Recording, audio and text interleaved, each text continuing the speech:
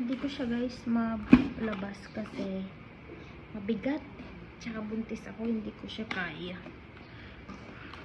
Antayin ko na lang yung partner ko. Okay naman siya, ewan ko lang sa kabilang side kung ano. Ay, may free battery. Ayan. Ito yung remote niya. So, antayin ko na lang yung partner ko para mabuhat siya at saka malabas sa box. May ano kami guys, may aircon kami. Ito siya. Hindi pa nakakabit. Tsaka sabi ko, wag ikabit kasi malaki. Yung room namin is maliit lang. Balak niya ilagay dyan. Sabi ko, wag na kasi gasto lang sa kuryente. Pero ilalagay niya daw yan, walang makakapigil sa kanya.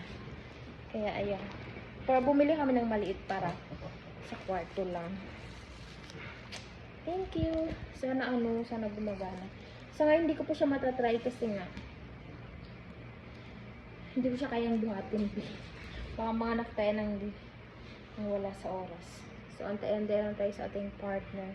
Update ko kayo later on. Ciao. Bye!